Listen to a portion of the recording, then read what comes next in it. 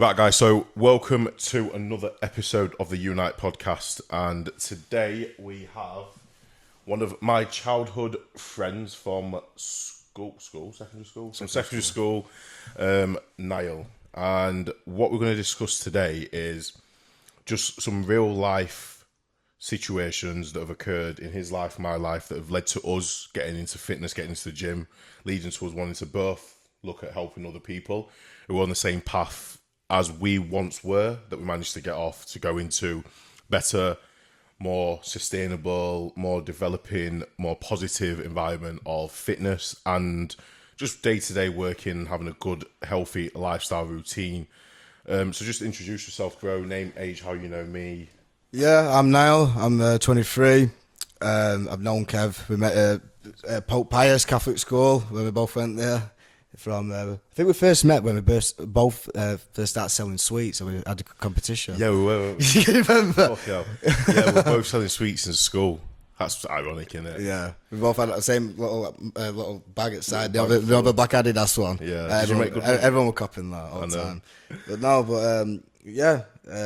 That's how I know you. We had spoke for a good few years. This is the first face-to-face conversation we've had probably so it would have been 2016 when we left school. So 7 years. Probably saw you in 2017 at a push, so it's been 7 to 6 years. Yeah. And we basically spent like every living day together in school, didn't we? Which is crazy. And then the weekend as well. And weekends.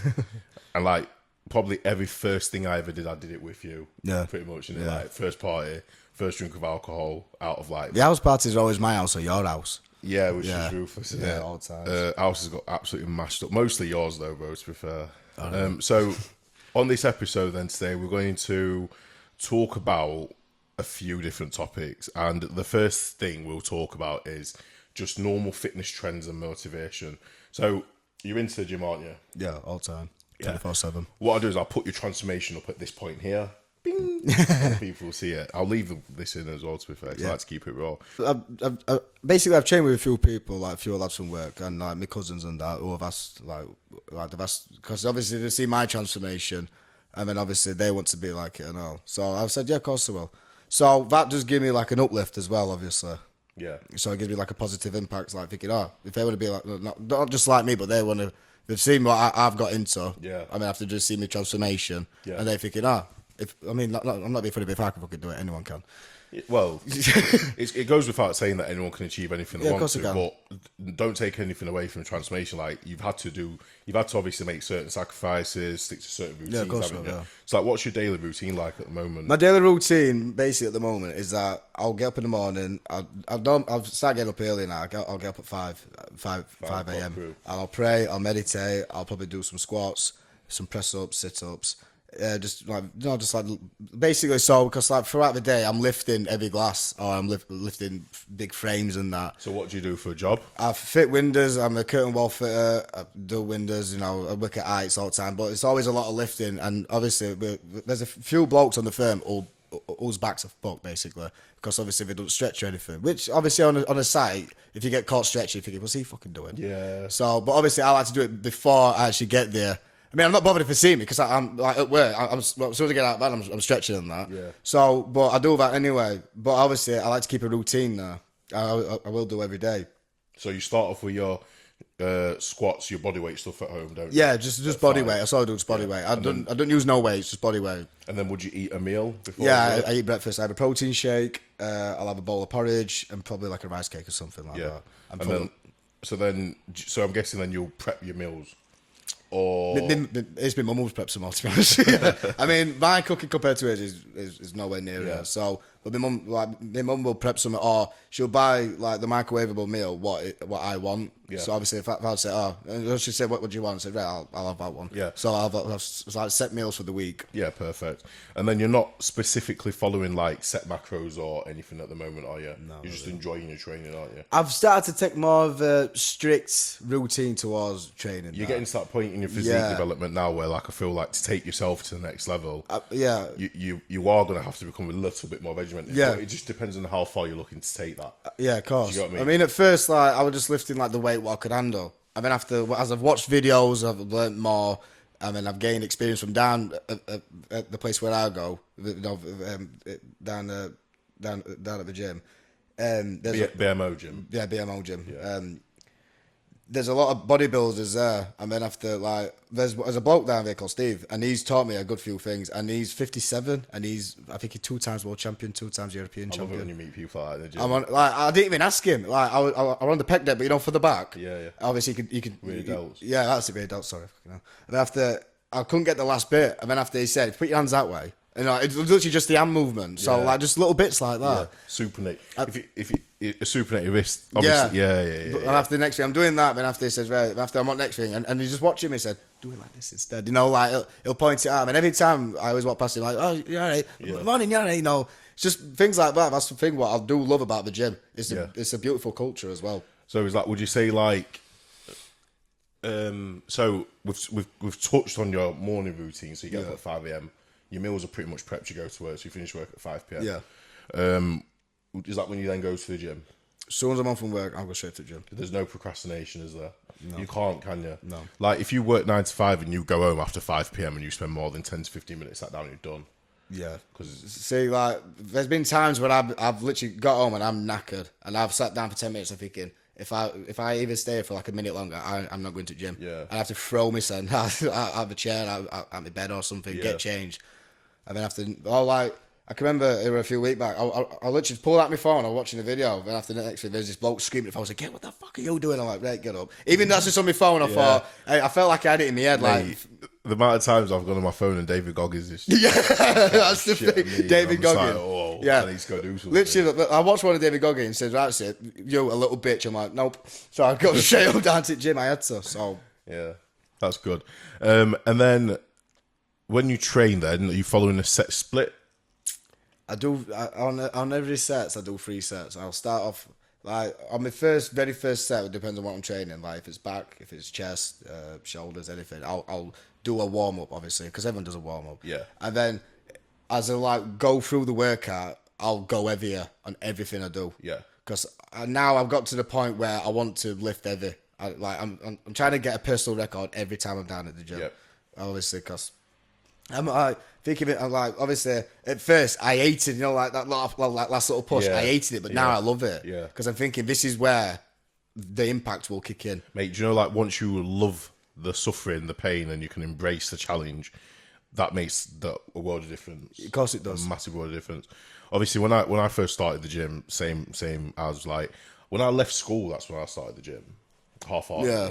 And same as you, I went to Ultraflex Rotherham, like, I had people there like Kuba, Eurus, Nave Styles, like some of the top, most smartest coaches in the UK. Yeah, I've been that far. No, but yeah, I get you. And then, like, next minute, like, I'm just picking up little things every single day. Yeah. On a day-to-day basis. And then it just got to a point where I, like, was getting that much free information. I just thought, you know what? I'm going to learn how to coach like these guys. Yeah. Because they have the best physiques. And to be a good, like, athlete and to have a good physique, the more I understood, I was realising, like, I was getting better and better and developing quicker. Yeah. Is this something that you're finding as well, like, as you're going along with all the stuff that you're learning, all the days that you're putting in, like, is it becoming easier and are you seeing more results day to day, or do you feel like you're reaching a plateau?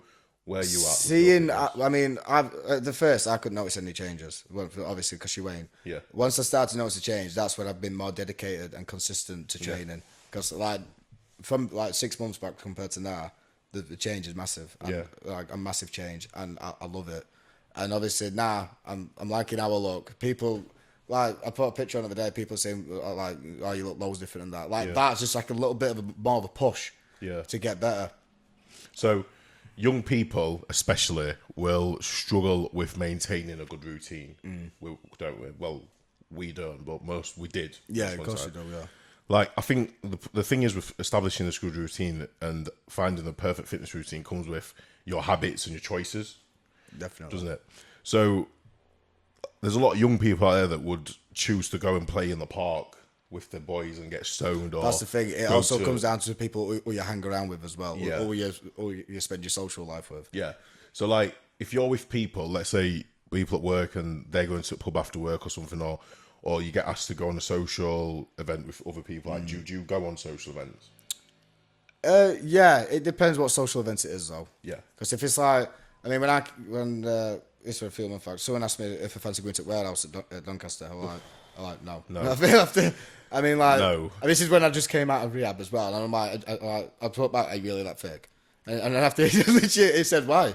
I said, why would I go to a rave at Doncaster warehouse? Doncaster warehouse, mate. That's like it's not rough. It's not rough. actually sound. I mean, the people who like that music, Yeah, that's them. But it is just a session. Yeah, I've at been warehouse. once and I got paranoid and I ran home. Bearing in mind, there's a bus. Literally, I literally got there about 11:30, about 25 till I was out. Literally 5 minutes, and I literally walked home. Bearing in mind, the buses were still running. Yeah. I literally walked home. Funny story. I once went to a rave in London at Tobacco Docks. Sick venue, but it's like you're in a bit of a old post office thing that looks like a prison. Right. So like you're walking out of one cell, pretty much into like a hallway where you're looking down and there's like people raving downstairs, there's people raving above you. Every room's got different music. I once lost my head in one of them places and walked off. But like this was like towards the back end of me going out all the time. And I think after that, I kind of steered away from big raves and stuff because I realised like mentally I just weren't there. See, I've never been like a nightclub person, me. Never have. I mean, I went out once around Manchester. That's a funny story because I actually had food poisoning and I still went out. Ruthless. And then the place is shut down now. I can't remember the name.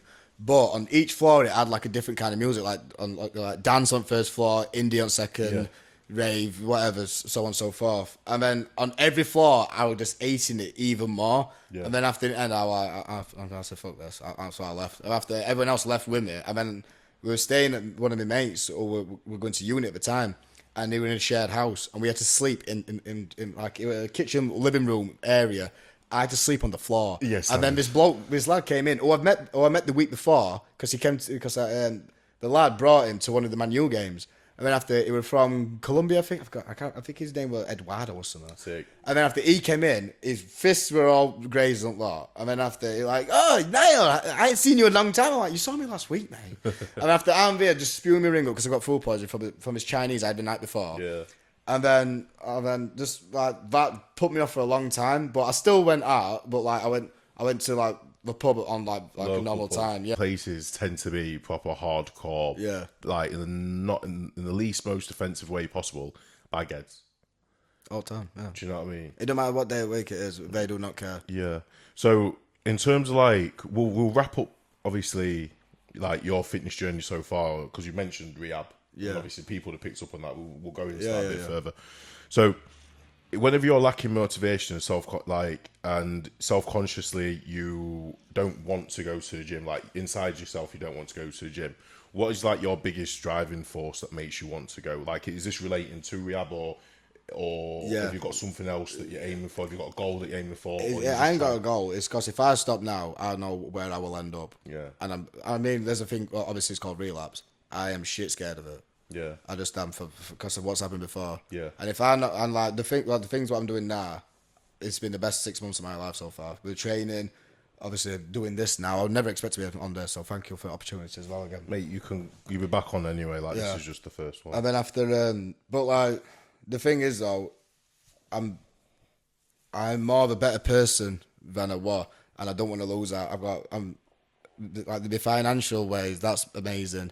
The relationships at home, I've made amends with many people because I had to do the step work.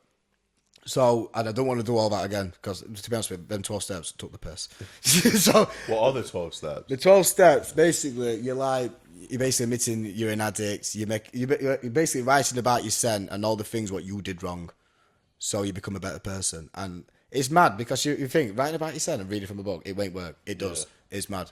But you have to have a sponsor to do that with. Right, so who's already been through the 12 steps, they can guide you. My sponsor's 7 years sober, and he's helped me massively. And it's in my own Alton Lodge, Charles Schofield. Oh yeah, he's my sponsor. And on my step 5, I took about 2 weeks, and all I had to do was read 7 pages and just write down about my son. And I took 2 weeks. It literally takes about 30 minutes to far. You just not want it.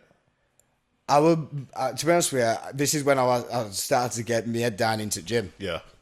And then after, so I was doing that, then working as well, and then I didn't have time. I just slacked, really, honestly. Yeah. And then he phoned me like every morning. But you were still going to the gym every day. Yeah, I'm more bothered about going to the gym and looking better than actually doing that. Yeah, yeah. And then after, I'll send him the gratitude list every morning, which I still do. And I always put morning boss, and he puts morning pal. And then that day on the Monday, he put morning pal. How's your step 5 going for? Shit.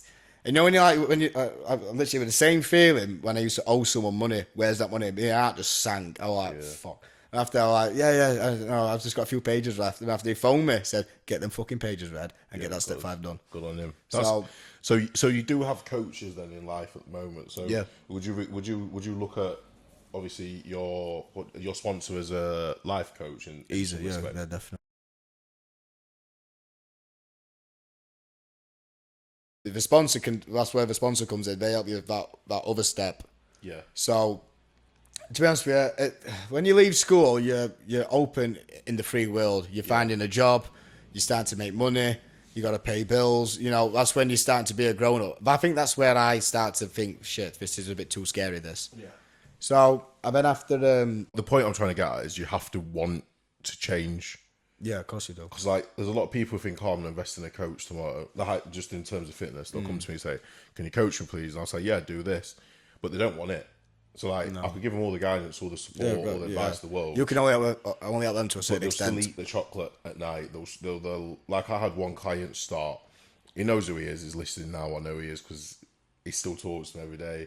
He started this planning from day one to like 2 months in. A month, 2 months in, he was eating chocolate bar. Yeah.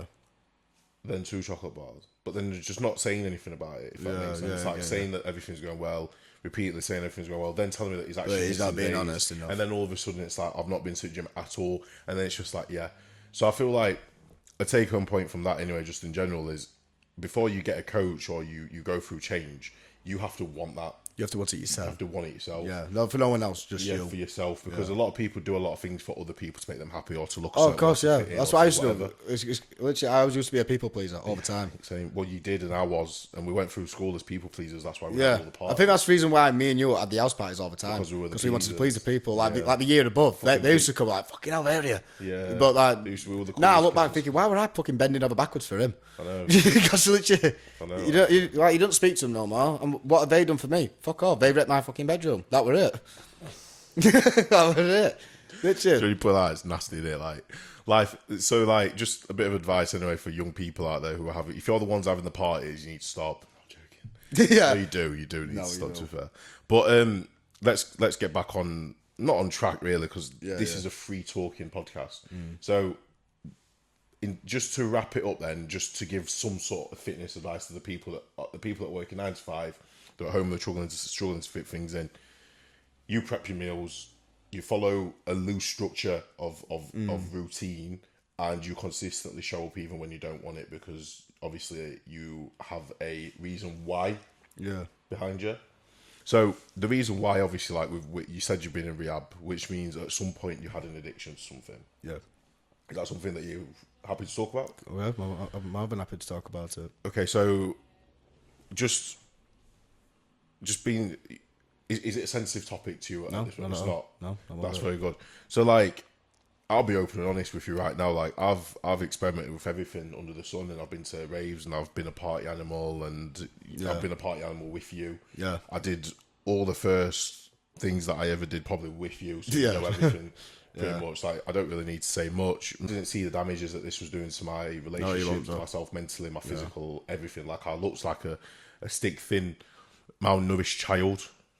You do. You like literally had nothing left. It changes. It's like you're casting for Walking Dead, mate. That's what it does to you. Yeah. You can't see it because you see your scent every day. Yeah. It's like when you wake up in the morning, what's the first thing you see? You. And you think you're cool as fuck, don't you? Yeah. Like that picture that I showed you. I thought I looked healthy. We'll show them. They'll see the photo. Yeah. Like on that picture, on the first one where I got the fag at the gob with no hair. I thought I was still healthy, but if you can see my nose is like. The inside of my nose hairs fell out from like the abuse I did to drugs. Yeah.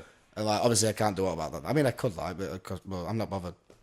But it's just mad what it does to you, absolutely. But you don't see it. Yeah. You're like, it's just plain insanity. So like, what were you addicted to? I was addicted to cocaine mainly. Yeah.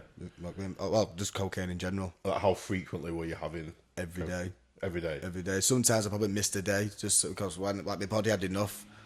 And then like I needed to sleep. And like I did used to smoke weed as well. And like I used to smoke weed mainly on weekdays because when it like as soon as I go from work, rather than like obviously now I'm straight down to the gym. I think that's why I got the routine because like before when I used to get home from work, I was straight down around like my local dealer's house So now when I straight from work, straight down to gym. Yeah. So like I'm obviously doing something still, but different. Obviously, this one's helping me in a positive way rather than in a negative way. Yeah.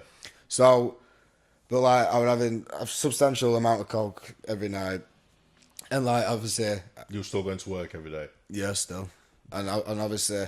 I probably had. I mean, sometimes I was smoking a lot of weed at night just so I could fall asleep. And then when I started to feel myself start to like be a bit dazy in a way, I thought, right, sound. Now it's time to go upstairs and fall asleep. Oh no, I went back upstairs and up another half a gram. And I'm like, what the fuck am I doing? Yeah. Then the next morning, waking up after about fucking half an hour's sleep, if that, headache, nose is blocked, feels like someone just poured concrete down it. You know, like, just fucked basically. Yeah. And then sometimes it was my turn to drive the van.